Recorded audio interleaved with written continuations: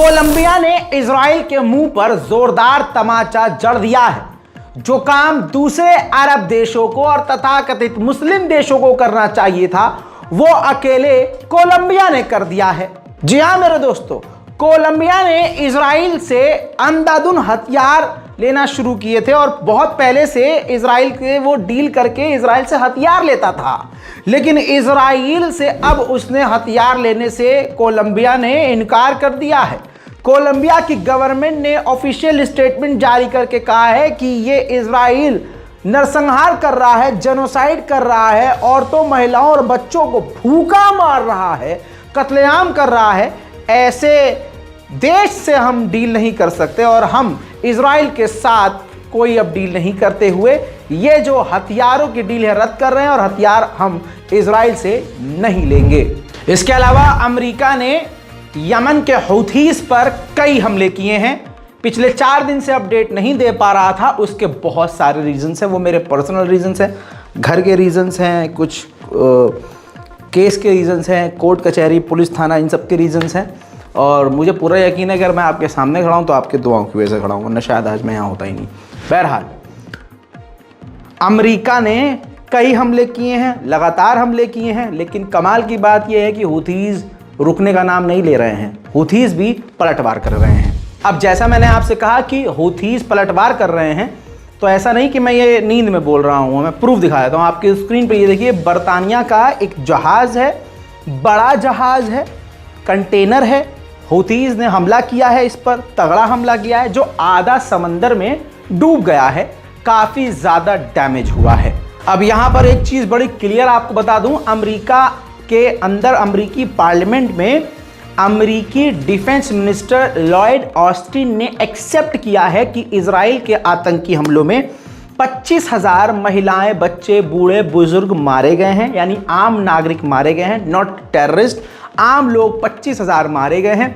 इसके जवाब के बाद सवाल ये किया गया कि अमेरिका क्या अभी भी हथियार, हमारा देश क्या अभी भी ऐसों को हथियार देता रहेगा? तो इसके जवाब में लॉयड ऑस्टिन ने कहा कि हम उम्मीद करते हैं कि हम अपने साथियों को जिनको हथियार दे रहे हैं वो सोच समझकर उन हथियारों का इस्तेमाल करेंगे। आपके सामने ये मंजर। Mr. Secretary, about how many Palestinian women and children have been killed by Israel since October 7th? It's over 25,000. Mr. Secretary, last week, the UN High Commissioner for Human Rights warned that any transfer of weapon or ammunition to Israel violates international law. About how many precision-guided munitions has the United States given Israel since the beginning of the war?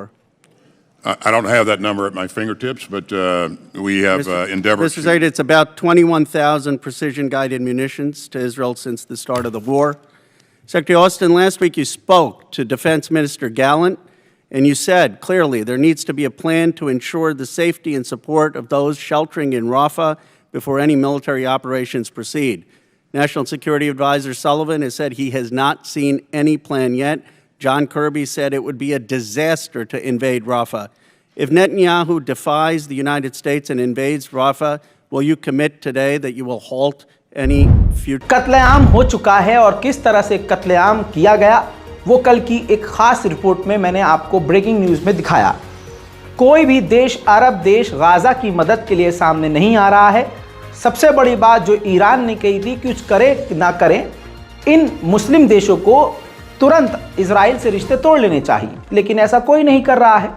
बहरहाल, UAE ने जो Israel का कंधे से कंधा मिलाकर साथी है, उसने शर्मन, जरा सी शर्म आई होगी तो हवाई रास्ते से गाजा के अंदर मदद गिराई है। वो भी सबूत आपके सामने।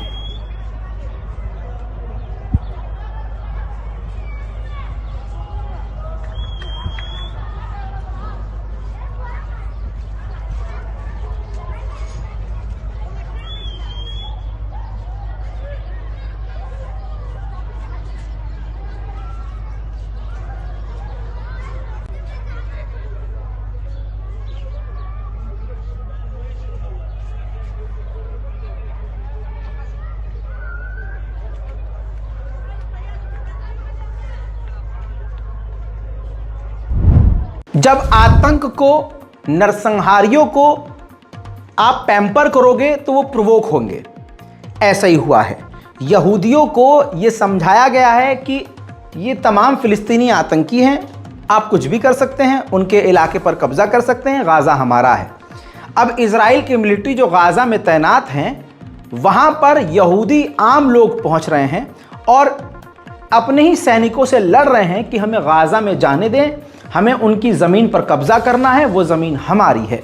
जब इजराइल की फ़ौज अपने ही यहूदियों को रोक रही है तो वो उनसे भी लड़ रहे हैं।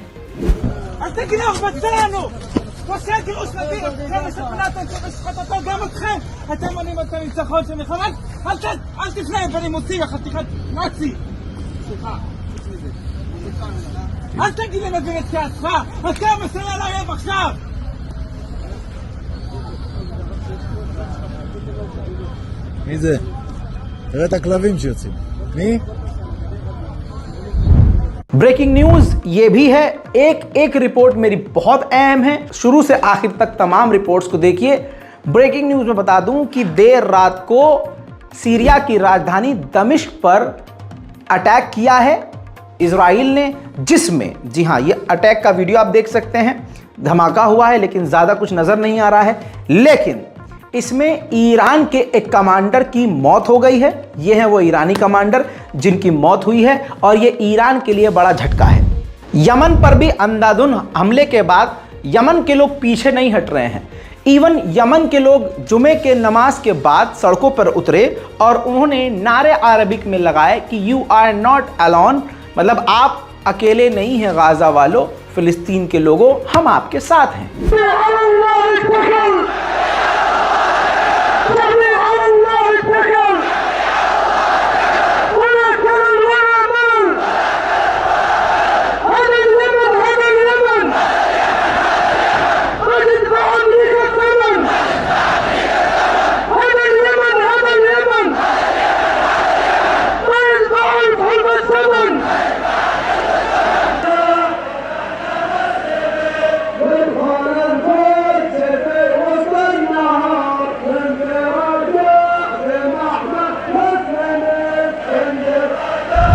वहीं ग्रीस के अंदर भी नमाज जुमा के बाद लोग सड़कों पर फिलिस्तीन और गाजा के समर्थन में उतर आए।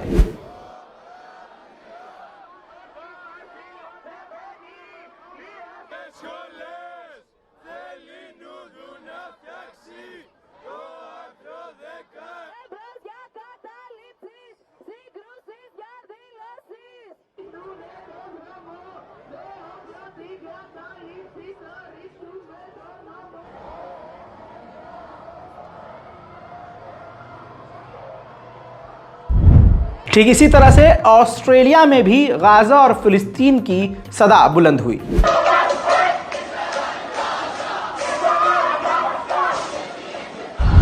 जिस काम के लिए America, Germany, France, Britain, Israel के खुद के दोस्तों ने इजराइल को मना किया, वो काम इजराइल लगातार कर रहा है। फिलिस्तीन के वेस्ट बैंक के इलाके में फिलिस्तीनियों के मकान को इजराइल बुलडोजर से लगातार तोड़ रहा है।